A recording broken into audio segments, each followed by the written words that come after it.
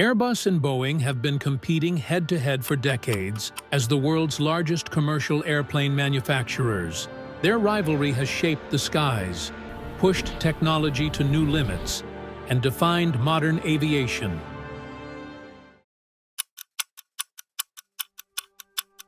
Boeing was founded in 1916 in Seattle, Washington, by William Boeing. Starting with small mail planes and then military aircraft, Boeing laid the foundation for what would become an aviation empire. Boeing quickly expanded from small seaplanes into military aircraft during World War II. By the mid-20th century, Boeing had already established itself as one of the most important players in aviation. But Boeing's true dominance came with the jet age. In 1958, the Boeing 707 took to the skies, ushering in the era of commercial jet travel.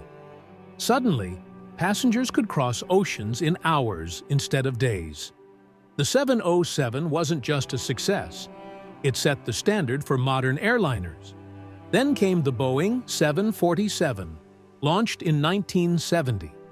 Nicknamed the Queen of the Skies, it was the first wide-body jet and revolutionized long-haul travel with its massive capacity. Airlines flocked to buy it, and passengers were stunned by the double-deck design. For decades, the 747 was the symbol of global air travel. By the early 1970s, Boeing was untouchable. It controlled the skies, had massive orders worldwide, and seemed impossible to challenge. But just as Boeing was at the height of its power, a small European project was quietly preparing to disrupt everything. On the other side of the Atlantic, a new challenger was rising. In 1970, Europe launched Airbus, a bold partnership between France, Germany, and later the UK and Spain. The goal wasn't just to build airplanes, it was to break America's monopoly on the skies. For decades, Boeing, McDonnell Douglas, and Lockheed had dominated global aviation. Europe wanted its own answer, and Airbus was born as a direct challenge. Their first aircraft, the Airbus A300, took flight in 1972. It was revolutionary, the world's first twin-engine wide-body jet. Lighter, more fuel-efficient, and designed for shorter runways, it gave airlines something Boeing wasn't offering. But breaking into the market wasn't easy.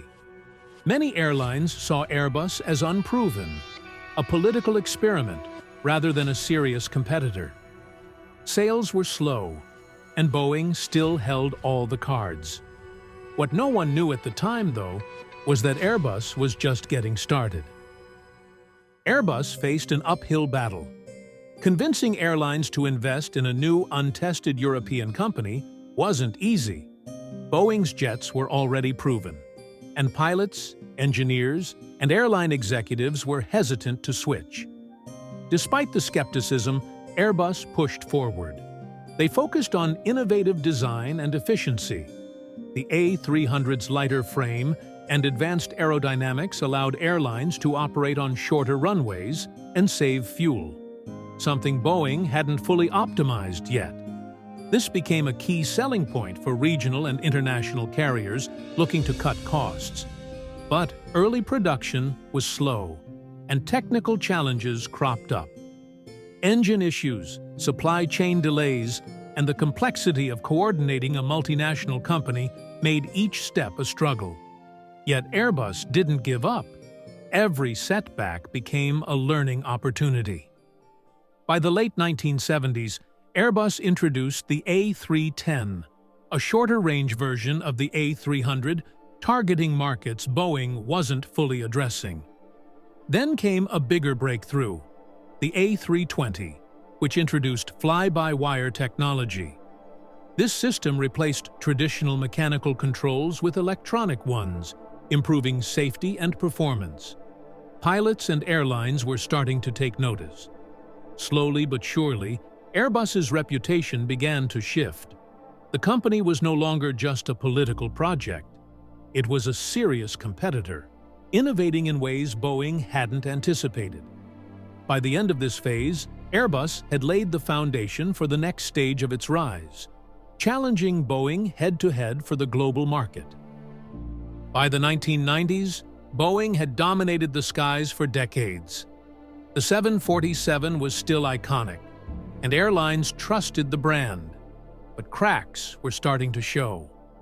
Boeing faced production delays and rising costs on new projects. The 737 and 777 were strong, but the company struggled to innovate quickly enough to match evolving airline needs. Meanwhile, safety incidents began to cast shadows over Boeing's reputation. Most notably, crashes involving the 737 MAX in the late 2000s shook the industry and grounded the fleet worldwide. Airbus, on the other hand, seized the moment.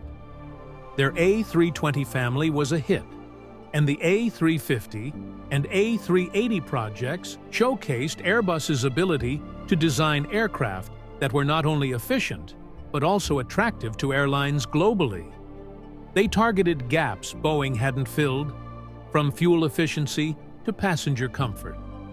Airbus also took advantage of Boeing's missteps with international marketing. By offering flexible financing, training support, and even co-production agreements, they made it easier for airlines to switch. Slowly, Airbus wasn't just competing, they were winning major orders from airlines that had historically been Boeing loyalists. By the 2010s, Airbus had taken the lead in new aircraft deliveries and global market share. Boeing, once untouchable, was now reacting, while Airbus set the pace. This shift didn't happen overnight. It was decades of strategic innovation, persistence, and learning from Boeing's mistakes that allowed Airbus to rise. Today, Airbus stands as a true titan in the aviation world. With hundreds of aircraft delivered each year, it has become the go-to choice for airlines seeking efficiency, innovation, and reliability. The A350 and A320neo families continue to push technological boundaries, offering lower fuel consumption, quieter engines, and improved passenger comfort. Airbus has also taken bold steps into sustainable aviation, experimenting with hydrogen-powered aircraft and other green technologies to lead the next generation of flight. Boeing, though still a major player, now often finds itself playing catch-up. The market has shifted, and Airbus's rise demonstrates how strategic innovation, patience, and understanding airline needs can challenge even the most dominant companies. Looking forward, Airbus aims to remain at the forefront of aviation. From urban air mobility and advanced flight systems to sustainability initiatives, the company isn't just building planes, it's shaping the future of how the world flies. The story of Airbus and Boeing isn't just about airplanes, it's about vision, persistence, and the power of challenging giants. Airbus showed that even in an industry dominated by titans, innovation and determination can change the game.